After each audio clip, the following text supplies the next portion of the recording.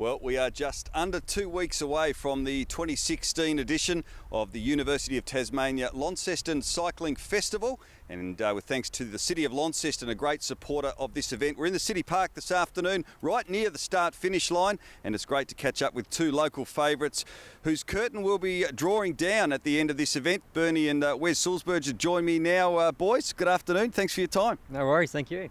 Thanks for having us. As I mentioned, it is going to be the end of a big chapter for both of you next Sunday, the 27th of November. What do you think your feelings are going to be like when you cross that finish line for the last time in I guess, a proper event? Yeah, as a professional, we'll be both winding it up, so I think it's going to be pretty emotional actually. I think we'll definitely think back and recall on some of the highlights and things that we've achieved. For you, Bernie? Yeah, pretty much the same. I think you'll be reflecting on how you've done your career and what you've accomplished, and all that kind of thing will probably come across your mind, and hopefully no tears will be shed. Looking back on your career, Bernie, first of all, some incredible results. National Criterium champion, won the Tour of Taiwan, Tour of Tasmania, I think third here a couple of years ago. It's been a very decorated career. Do you have any highlights that stick out, or are they all pretty special? Yeah, like you said, Tour of Taiwan was my first decent big tour win, and obviously at Cronulla in 2008 with the Criterium Championship. So yeah, they're pretty important to me, and also obviously Tour of Tassie was pretty nice to win that on home ground. Yeah. Absolutely. Now, Wes, I guess 2007, I think, really was the breakthrough year for you, winning the Australian Road Race Championships in the under-23s, and then coming second at the World Championships. But I guess a little bit unfortunate in the timing, I guess, of looking at a pro ride, having three pro riding teams, I guess, fall over, and it then meant that there was a lot of professional riders looking for a team. What did that do in terms of your career path going to that next level? Yeah, well, I had a little bit of a delay with that then. I thought for sure after picking up a medal that I'd sign a pro contract, and that didn't eventuate. So that was pretty tough mentally. And the two guys who finished in front of me, Peter Veltz and Johnny Bellis, one signed for Milram and the other signed for Saxo. So I was, getting a little bit dismal there for a bit, and put my head back on and did another year with AIS, and then got picked up by FDJ after that. And growing up together, obviously there's only a couple of years age gap between the two of you. How close were you throughout the formative years and the junior years, building up to going your separate ways, I guess, to a degree in your own professional careers?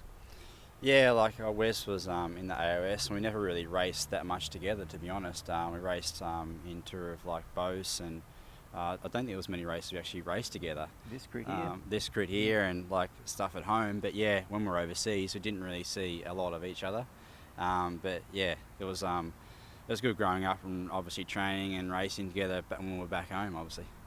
How competitive were you both, I guess, against each other? Was there any of that as well, or is it more that you really supported each other and just, I guess, took the mickey out of each other occasionally and have a bit of fun? Oh yeah, there was always a little bit of rivalry, but no, we always worked really well together, without having to say anything either. We sort of could both read each other's race, who was on, who wasn't.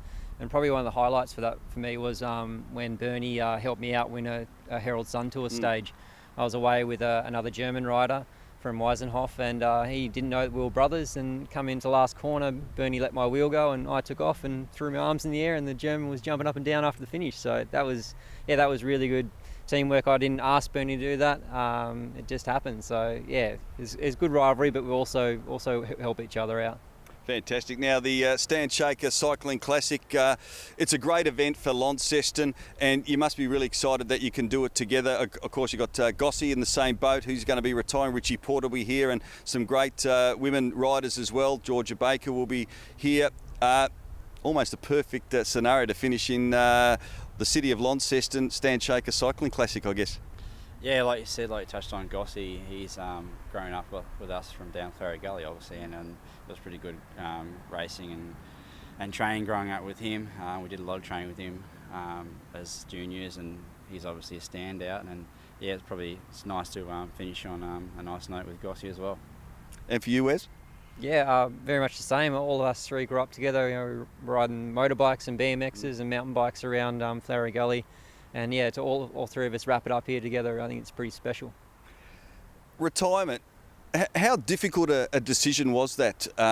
Is it something you've both been thinking about for some time? I mean, you're still quite young, 32 and 30 respectively, but what sort of led you towards this decision? Yeah, it wasn't an easy decision, but obviously, it comes a time where you've really got to look down the barrel, and obviously family and stuff like that are pretty important. What you've got to look at. That wasn't an easy decision, but as you get older as well, it's harder to get contracts. You don't get the results that you used to when you were younger, and yeah, it comes a time where you've got to shut it down and start a new chapter, new career. Yeah, you do indeed. And for you, Wes, I guess you're heading down the path of coaching. Pretty exciting time for cycling, not only in Australia but in particular Tasmania. Scott Bowden, Georgia Baker, being the Olympics. Richie Port is, right at the top of world cycling at the moment. It must be pretty exciting when you see the talent that's coming through. What are your goals in terms of moving forward as you head down that coaching path? I'm really looking forward to getting en route coaching up and running, and I've started coaching a few people locally here. And yeah, it's really exciting times. We have got those guys who are the pinnacle of our sport. Richie's going to be a Tour de France contender. So for cycling in Tasmania, I think that gives really good, a kickstart to all the young guys and juniors that are looking to move forward. And I'm hoping that I can nurture some people in the right direction with my experience and go from there. And guys, as we wrap it up and look forward to a week and a half's time, just finally, your brothers, you're pretty close in age, growing up together, spending a lot of time cycling. Bad habits. What's the worst habit of each other? Bernie, you must have something on Wes. Wes, he used to be pretty punctual with the riding, but as we got older, he's obviously got worse with punctuality as riding time. So he's renowned as a group that a guy started called the Wolf Pack, and if we turn up and Wes is not there, we're like, yeah, he's time trialing hard to get in. So he's not the most punctual at the moment. He might change that around now that I've said that. You can come back now. So you must have one as well, surely. Yeah, I guess. Bernie doesn't mind a half wheel on some of the climbs. He's always got a little bit longer stem than me, but I always make sure I match him. So it's always been good rivalry to try and keep up with him. All right, fair enough. Wes, Bernie, great to have you with us this afternoon. Thanks very much for your time.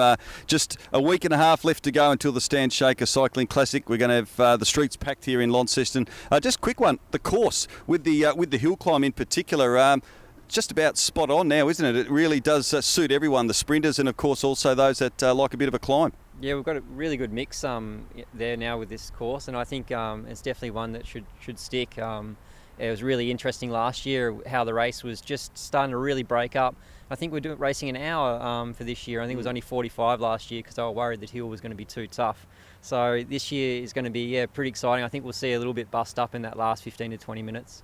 All right, it's going to be fantastic. Guys, thanks very much for your time and joining us. Don't forget, November the 27th is the day. It is going to be a fantastic day. The University of Tasmania Launceston Cycling Festival. Make sure you get down here. We look forward to seeing you then.